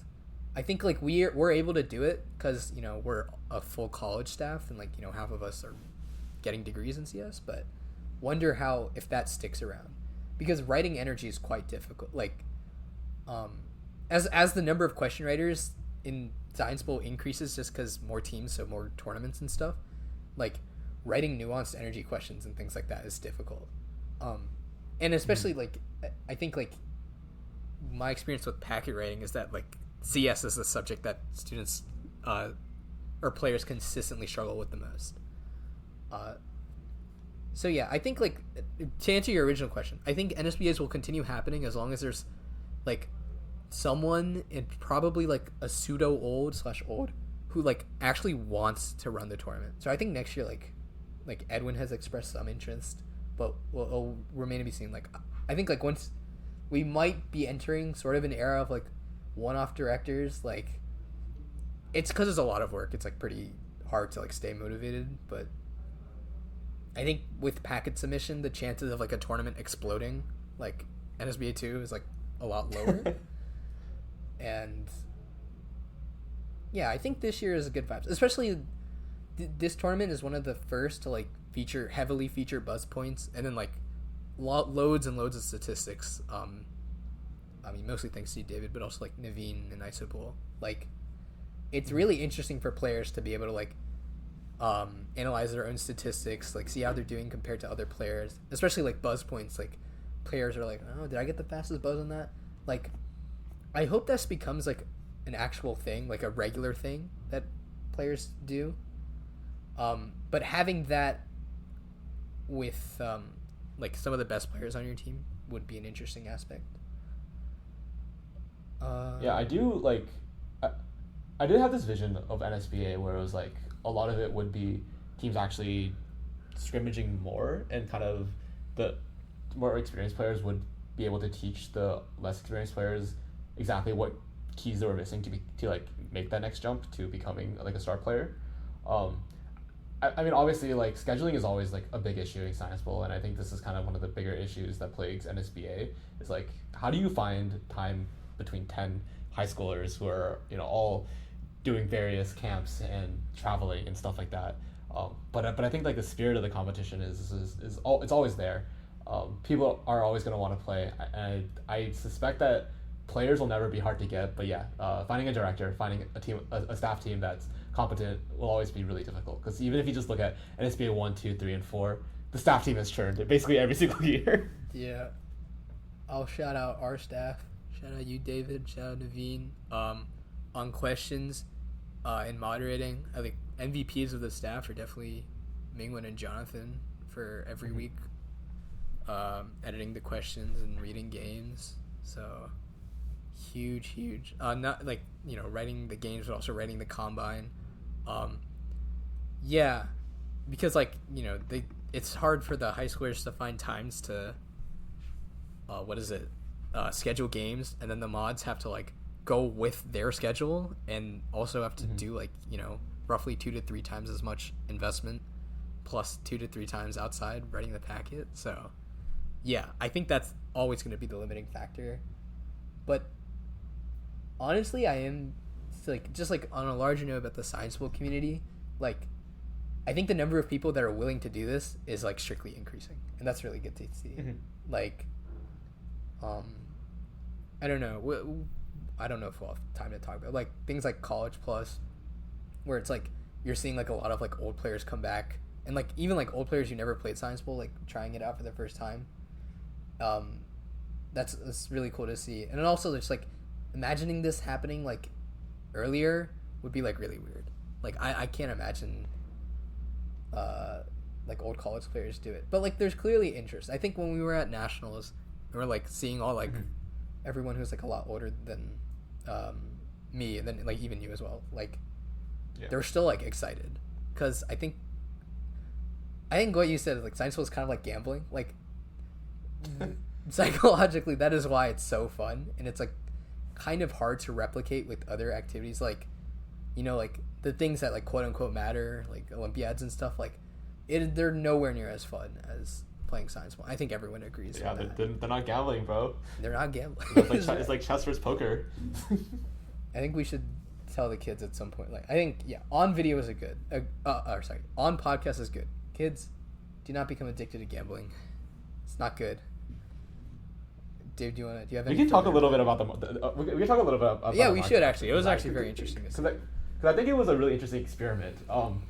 Like this was something that I like had originally thought of in NSBA 1, but it's just like the amount of actual effort to implement something like this back then was huge. And I know, like, obviously I'm probably the biggest shiller of AI in the server, and, you know, partially because I am like I use it constantly in my day-to-day life. But I think these tools afford us to do these kind of interesting experiments. And what I found really interesting is that, like, the people who did kind of treat it as more gambling did not do well at all. The people who did well were the people who had a thesis going in and executed their thesis and found like deficiencies in the market to actually exploit. So, like, you know, shout out obviously Keon, Suzuko, and Danny primarily, who I think all traded very differently, but all found super high success in whatever they tried to do. Let me actually pull it up here. So, holy shit. Yeah, so Keon ends the regular season with 10,000 net worth. And by the way, you started with 1,000 units. So that's like a 10x, which is absolutely insane. He had like 5K yesterday. What the hell? Yeah, so I don't actually like. So Let's I don't like fully understand what Keon was trading off of, but I think he just found a lot of markets where he was like, this seems extremely underpriced. I'm going to buy it up. And then once it got to the point where it was overpriced, he just sold it. And so he was able to realize a lot of his profits. I think a lot of it is like because of the end of the season stuff resolved and just like things hadn't been bought up like even remotely. Yeah. Close.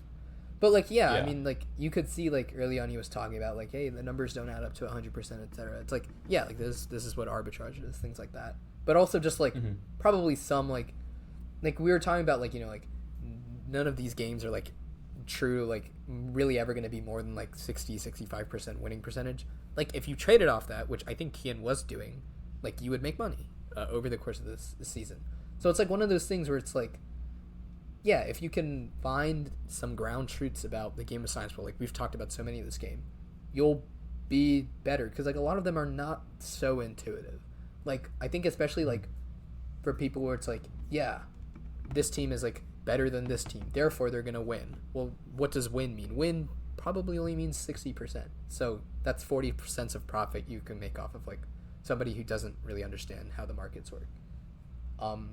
Yeah.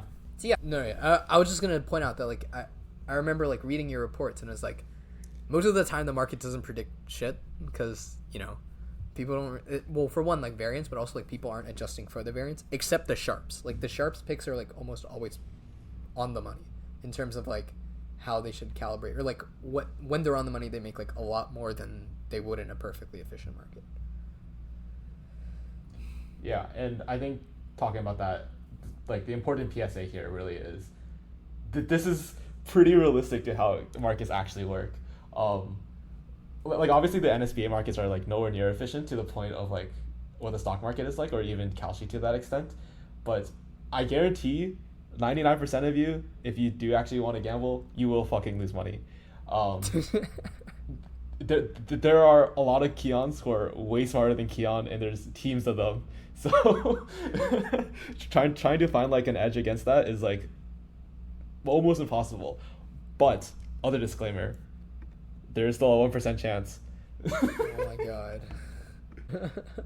But like, like people say like, you know, like 96% of day traders lose money, or like 95% of like NFL bettors lose money.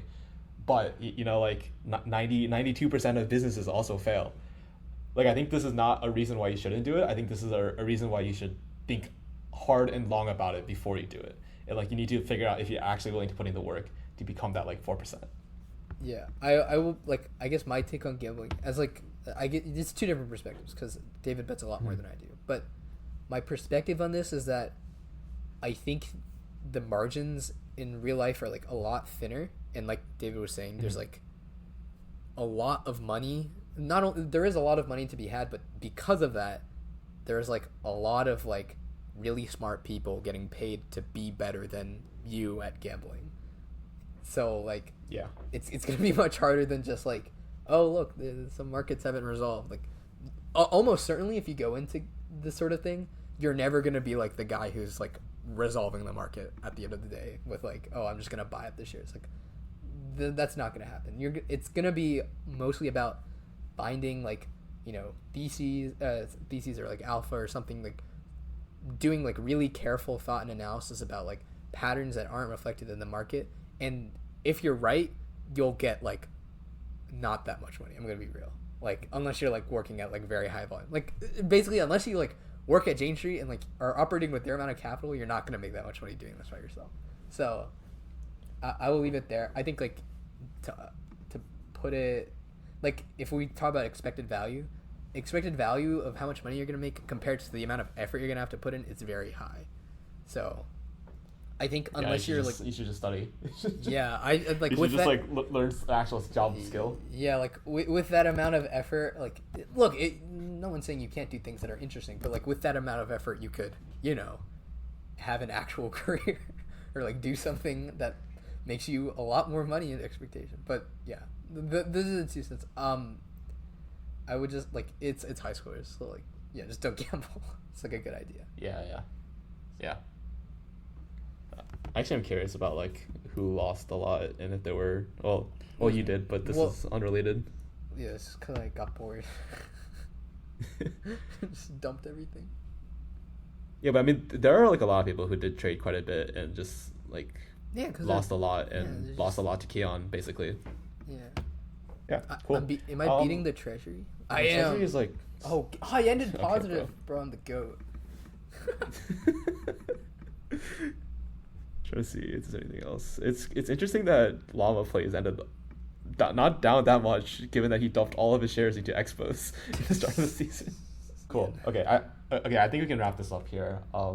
Yep. Yeah. So I hope everyone enjoyed listening. I know that Anurag and I talked about how difficult it is to run these kind of things since both of us have done it, but I think it's fun. If anyone is interested in running NSBA 5 or 6, I think you should definitely think about doing it. It's great for the community. I think this is part of the reason why Science Bowl has such a great community and why everyone is able to kind of grow as a student and just as a person.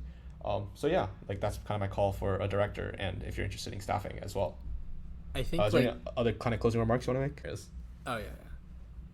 So, I guess I'll conclude on like the Science Bowl community as a whole. I think it's approaching like critical mass. Or actually, probably at this point it's like surpassed in terms of just like how much people are interacting with each other online and like really just getting good at Science Bowl, but like other things along the way. Like one of the beautiful things about Science Bowl is that in pursuit of becoming a really good Science Bowler, you can become good enough at like biology, chemistry, physics, etc. to the point that like it can take you to college and can take you to a career, or like it builds quick thinking and reasoning skills, and then also like on your team like communication to the point that like you can make like a very serious like living or like parts of your identity. Like you can grow up in Science Bowl, is I think what I'm trying to say. So it's like really been an honor, I think, to be commissioner this year, just to see like I think okay I'll like actually step back from that. It's been an honor to like continue to be part of the Science Bowl community. Now I'm almost 3 years removed from it, and just see like I remember like some of these kids from like when I was in high school, or like very like still in high school, and like the way they've grown to like being the best players. Like I remember I was talking to Sanjay and I was like, yeah, Rohan and Suzuka were on my NSBA2 teams, and like now they're incredible. Like it's really amazing to watch. So I really do urge people to like continue being part of Science Bowl and like doing things like you don't like run NSBA if you want to, but like running your tournaments, getting people involved, outreach to like new schools that aren't doing it. Even post like your competitive years, it's still a lot of fun, and also it might still be competitive years. We'll see how college stuff plays out, but yeah, it's really rewarding, and I think it's really fun to continue to interact with like the people that were formerly your competitors in high school. And I again, as both commissioner this year and being around Science Bowl in general, it's been an absolute pleasure. Yeah, and I think just to kind of also give my 2 cents about this, as I am even more years removed from Anurag, and it's like, okay, I often do wonder like why am I still as involved as I am. I think a lot of it is just because of like what Science Bowl meant to me during high school. Obviously Middleton was like never one of the top like 8 teams or anything, but we were an okay team, but it kind of taught me how to study and like how to be interested in like these science subjects, and I think that's like one of the skills I kind of carried through college and even nowadays as well. And I think even just bigger than that is like some of the people I talk to the most in my life are still like the friends I made during my high school years of playing Science Bowl. And like to be even more technical, like the network that you will make in Science Bowl is also like massive. Like you're playing with some of the top minds of the generation, and kind of being able to talk to them and like interact with them, and then also like watch them go through college, go through university, like get a job is like also pretty crazy. Like this goes for like the people that I played with, the people that were before my generation, and also like the current generation. And also this is a big reason why when you go to nationals, so many of the moderators are like super old, because they also just love being in the community and helping out and being able to contribute to something that helped them so much in their lives as well. So yeah, like as Anurag said, yeah, stay involved. It's pretty fun. Yeah. Anything else? That's it. Cool. All right. Let's end. Bye bye. Bye bye, guys. Bye-bye. See you next year.